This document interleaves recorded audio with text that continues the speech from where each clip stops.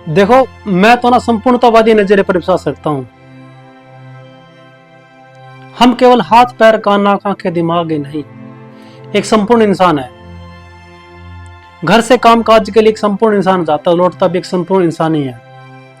घर की परेशानी हमारे काम काज पर और काम काज की परेशानी हमारे पारिवारिक जिंदगी पर असर डालती है और इससे हमारी उत्पादकता घट जाती है और हम तनाव में आ जाते हैं। मैं आपसे सवाल पूछता हूं, हम नजरिए के साथ जन्म लेते हैं या फिर उसे बड़े होने पर विकसित करते हैं?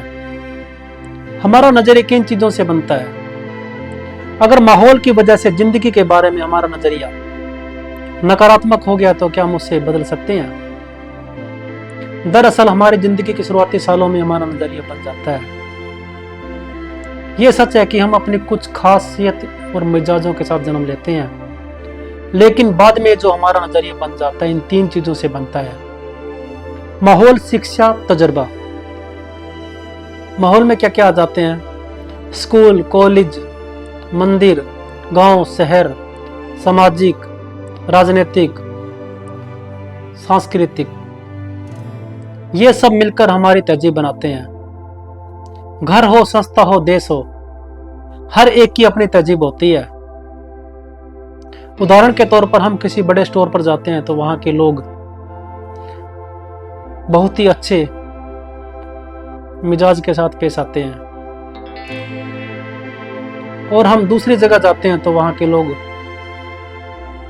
खाने को दौड़ते हैं, कस्टमर के साथ अच्छी तरह से बातें नहीं करते। और इसी तरह हम किसी घर में जाते हैं तो वहां के बड़े बुजुर्गों, चाहे जवान हो चाहे बच्चे हो, आपस में लड़ते हैं। और दूसरी जगह जाते हैं तो वहां के लोग बहुत ही अच्छे होते हैं। यही तो हमारा माहौल होता है। अलग अलग लोगों से मिले तजुर्बे के मुताबिक हमारा व्यवहार भी बदल जाता है। अगर हम अच्छे लोगों के साथ मिलते हैं तो हमारा व्यवहार अच्छा हो जाता है, और गलत लोगों से मिलने पर हम सावधान हो जाते हैं। अनुभव और घटनाएं हमारे जिंदगी के संदर्भ बिंदु बन जाते हैं, और इनसे हम नतीजे निकालते हैं। जो हमारे लिए सही होता है हम वही करते हैं। शिक्षा 2 प्रकार की होती है, औपचारिक और अनौपचारिक। आजकल हम लोग सूचनाओं के सागर में गोता लगा रहे हैं। ज्ञान और समझदारी का तो कोई महत्व ही नहीं रहा।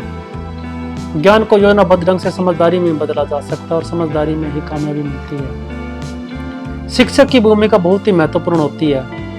उसका प्रभाव अनंत काल तक रहता है। उसके असर की लहरें अनगिनत होती है। शिक्षा ऐसी होनी चाहिए जो हमें रोजी रोटी कमाना नहीं बल्कि जीने का तरीका भी सिखा दे।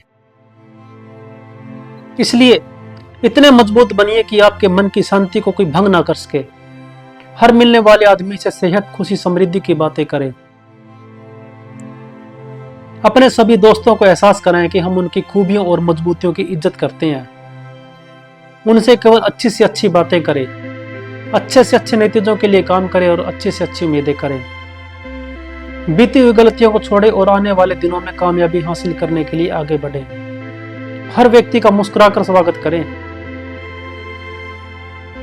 अपने को बेहतर बनाने के लिए इतना वक्त लगाएं कि दूसरों की आलोचना करने के लिए हमारे पास वक्त ही ना बचे।